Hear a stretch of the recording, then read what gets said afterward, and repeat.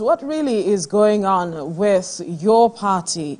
We saw yesterday from the NEC meeting, divergent reactions and decisions have been taken, and some have called it far-reaching decisions.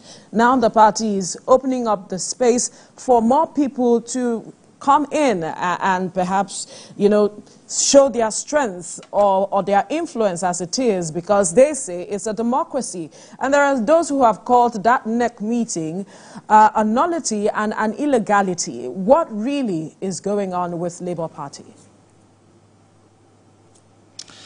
All right, thank you for that question. I would say that what is happening in Labour Party is what is happening across all other parties. The usual internal wranglings, disagreement, but of course we disagree to agree.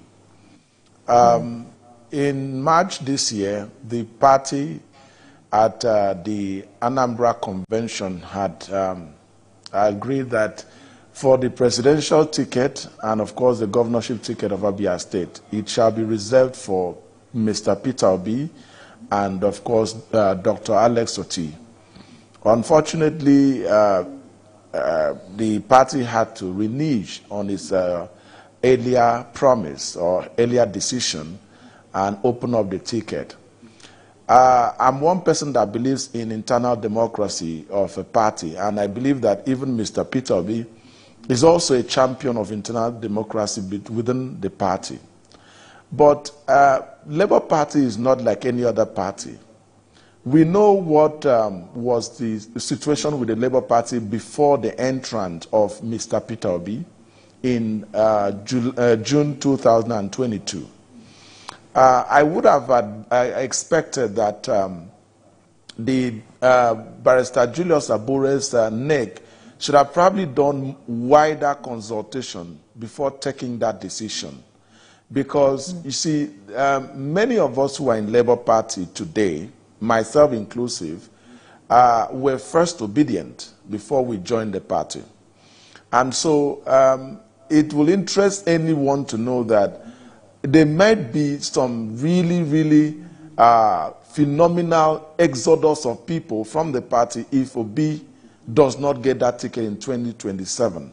But suffice to say that Obi is one person that also believes in internal democracy, and Obi as a person would even want to contest and win the party ticket.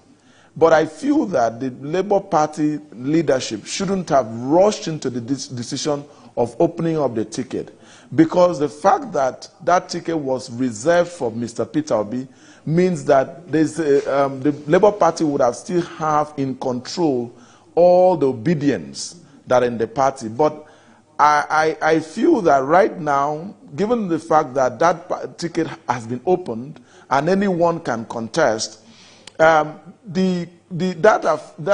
emotional attachment of obedience to the Labour Party will begin to dwindle. And unfortunately, I see that as one thing that may affect the chances of the party, even in the forthcoming Edo State gubernatorial election, and of course the general election that is expected to hold in the year 2027. So while I am a campaigner of internal democracy, but I feel that in this regard, the party should have been more careful in taking that decision. After all, what was Obi's fault? Obi was only saying that with the internal wranglings in the party, with the issues of accusation that some have not been clearly resolved, and the other issues, that the party leadership should be reconsidered. And honestly speaking, for many of us who are chieftain of the party, we have called on Barrister Abure to kindly step aside. Let us have some level of sanitization within the party, and if the party feels that he is rightfully the leader of the party, then he can come back. That is what a honorable person who loves the party, if I hear you correctly, a great leader should do. Dr. Ekanem, yeah, if I hear you correctly, from what you're saying, this decision taken by Julius Abure was not in good faith. It was perhaps because of the statement that the former presidential candidate Peter Obi made, and that is why he made this decision. Is that what you're saying? Absolutely, absolutely. Yeah, this is for me. I mean, for me and many other faithfuls of the party, it's a personal vendetta. It's a way of getting back to Obi and even Alex Oti for the meeting that he convened in Abia State. It's a way of telling them that, oh, you've crossed the Rubicon and now we want to get back at you by opening, because it was a promise that the NEC made at the Anambra Convention and it was celebrated by all. Reneging on that promise is just trying to let us know that, oh, because you did this as the presidential candidate of the party, we are getting back at you by opening up the ticket. But while this might be a personal vendetta, which some of us don't really care about, we feel that it may affect the chances of the party. Obi is the center.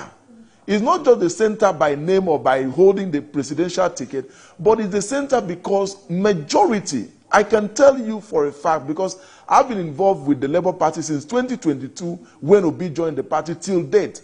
And I can tell you that majority of the people in the party, the Labour Party, are obedient.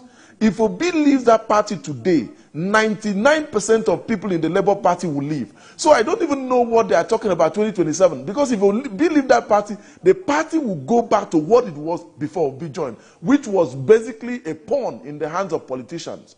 So I think that the National Executive Committee of the party should reconsider that decision and ensure that all fences are mended and we can work together towards a successful Edo State election and 2027 election, rather than cast aspersion and unleash personal vendetta on anybody because of a statement that was made. After all, what Obi said is what most of us are saying, that the leadership has a challenge. What a leader like Abure should do is to actually look introspectively and say, what are the challenges? How do we solve this problem? Rather than take arms at, or take shots at members of the party, including the presidential candidate of the party.